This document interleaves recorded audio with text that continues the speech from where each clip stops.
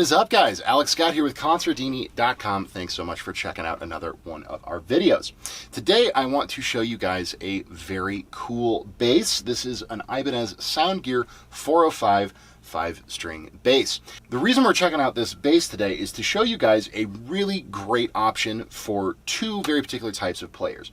One, if you're a beginning player, but you don't want to go with just kind of your boring old knockoff jazz bass or something that you're going to spend less than $200 on. Maybe you're a little more serious and you want something that's really nice and you can kind of grow with as a player. That's the first person that this bass is going to be great for. The second person would be if you are a professional or gigging player and you want a bass that'll play really well, sound great, be able to get you a variety of different tones, but isn't going to break the bank and you're not going to be totally crushed if something happens to it, if it gets maybe stolen or tipped over on stage or somebody spills beer on it or something like that. This is not a particularly expensive bass, but it still has a lot of great features and really great tone and playability. So if something were to happen to it, you're not going to be totally crushed because it cost you thousands and thousands of dollars. So just to talk about the features and the build real quick, it is a bolt-on construction 5-piece neck with maple and I believe walnut. It does have Ibanez's die-cast tuners, which are really good, very consistent and smooth. It is a bolt-on, as I said, so it's not going to have quite the sustain that those neck-through basses are going to have, but it is going to have a nice punchy sound to it with a lot of good attack and punch to the notes. Now, this particular SR405 is an older one, so I don't believe they're offering this finish or this electronics configuration any longer. However, it is, all the Soundgear basses are basically built the same way. They have a lot of the same features. So what you're going to see in here in this bass is going to be very similar to what you would see or hear from a Soundgear that you would buy in stores nowadays. So in terms of electronics, we have two dual coil humbucking pickups, and this particular one, again, they're not doing this electronic configuration any longer, but I do find it really interesting.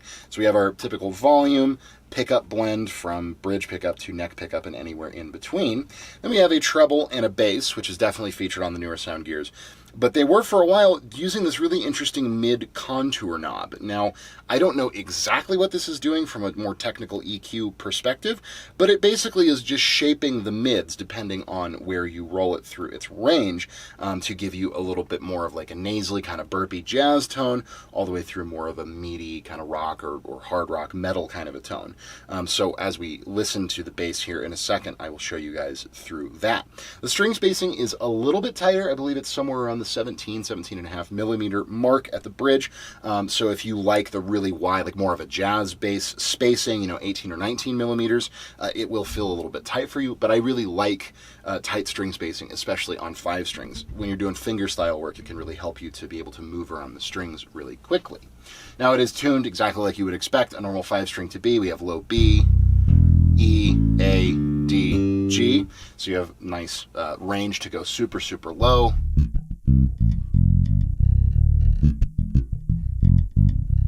With that low B.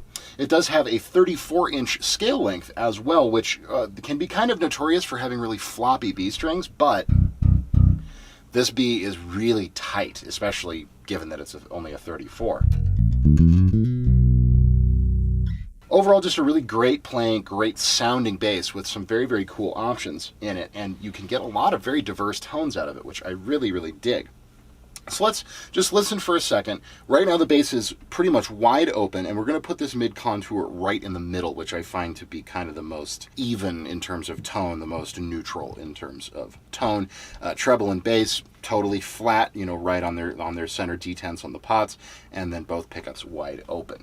So here's a little finger style.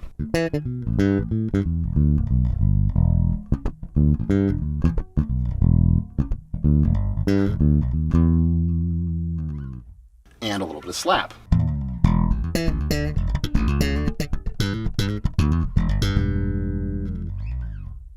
So just wide open, it's really nice, it's really bright, it's got a very aggressive tone. This particular one does have stainless steel strings on it, so that's going to be a little bit brighter. I always recommend stainless for slap playing or for any time you want real bitey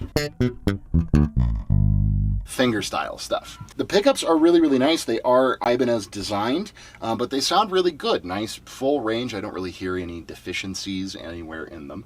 So let's go ahead and roll it down. We're just going to go ahead and go to the bridge pickup.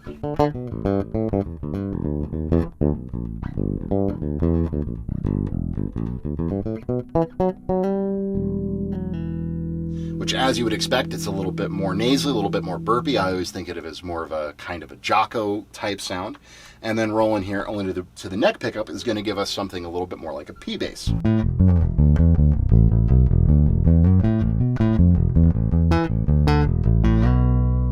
Which is really, really great, especially I definitely use that for rock or anything like that where you want a bit of a heavier tone. So let's dial it back to the middle and start listening to our EQ options here. So boost the high end a little bit. You can hear it really, really brings out all that top attack kind of transient stuff. And then boost the low end a bit, bring the high back to neutral.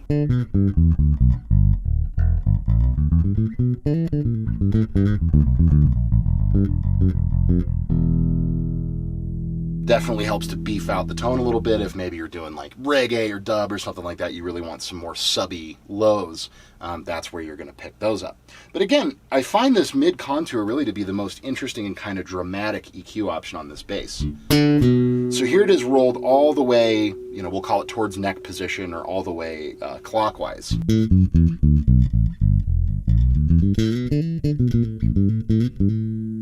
then rolling it to the other end. So you can hear it's really doing a lot to the tone.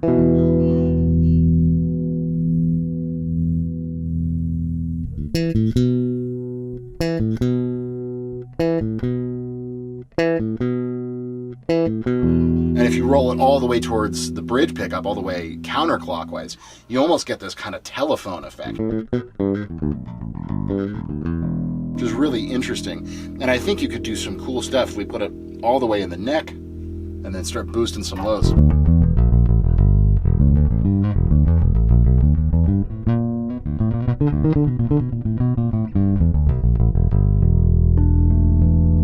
Very, very P-bass-ish kind of a sound. We can roll it all the way to the other direction, maybe pull back some of that low end. And we just get a very nice, modern, open tone out of that neck pickup. So it's a really interesting knob. Again, I would love to see like an actual diagram. I looked around online to see if I could find a diagram of what exactly that mid-contour knob does, and I couldn't really find anything. Ibanez never seems to have published like an exact diagram of what it's doing in terms of frequency, if it's boosting and cutting or only boosting or rolling off lows or highs or something. It sounds like it's doing a lot to my ear. Like it's not just contouring the mids, it's also affecting the top and bottom. So if any of you guys have that schematic or have a good idea of what this contour control does, please leave that in the comments below because I would love to check that out. It's a very interesting and kind of powerful knob that really lets this bass take on a lot of different personalities. And again, that's the thing that I really love about an instrument like this. And Ibanez is very good at doing this with a lot of their basses, both new and then a little bit older, like this one. This one I think is maybe 5 or 6 years old. But the same stuff applies to the modern Soundgear basses, even though they don't have exactly the same electronics configuration. I've played plenty of them, and the EQs are really, really great. The pickups are very versatile sounding, and no matter what they do with the electronics, you always seem to be able to figure out how to dial a lot of different tones out of these basses. And so they're a great solution, again, for a beginner where maybe you don't know what tone you want quite yet. Maybe you've heard a lot of recordings and maybe don't necessarily know what those basses are, but you just like something that you can really use to dial in a lot of different sounds and experiment with. Great option. Also, again, if you're a professional player like myself and you want to have a bass that can kind of do it all once you get to know everything that it can do, can get you a wide variety of different tones in the studio, on the stage. But, you know, again, I think these are retailing for right around $400, $500, $600. This particular one, the older, this SR405 QM is the exact model number of this one with the contoured mid thing going on. These I've seen on Reverb for as little as $200 or $300 used.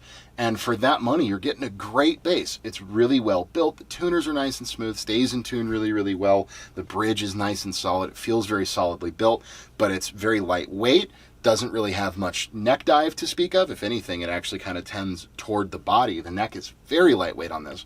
So it's really comfortable to play. It's really comfortable to carry around. Doesn't weigh your bag down a ton, but it still does get great tone. The only thing that I find lacking in the tone is that sustain, because it is a bolt-on neck.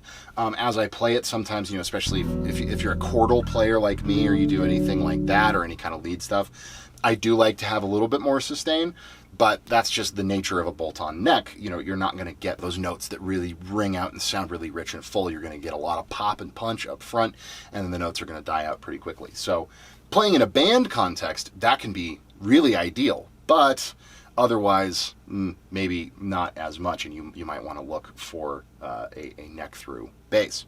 But in any case, that is a quick overview of the Soundgear 405 for you guys. I hope you found it useful. As always, if you have anything to add, if you've played these basses, if you've owned one in the past or would like to own one at some point, definitely hit us up in the comments down below. Always love hearing from you guys.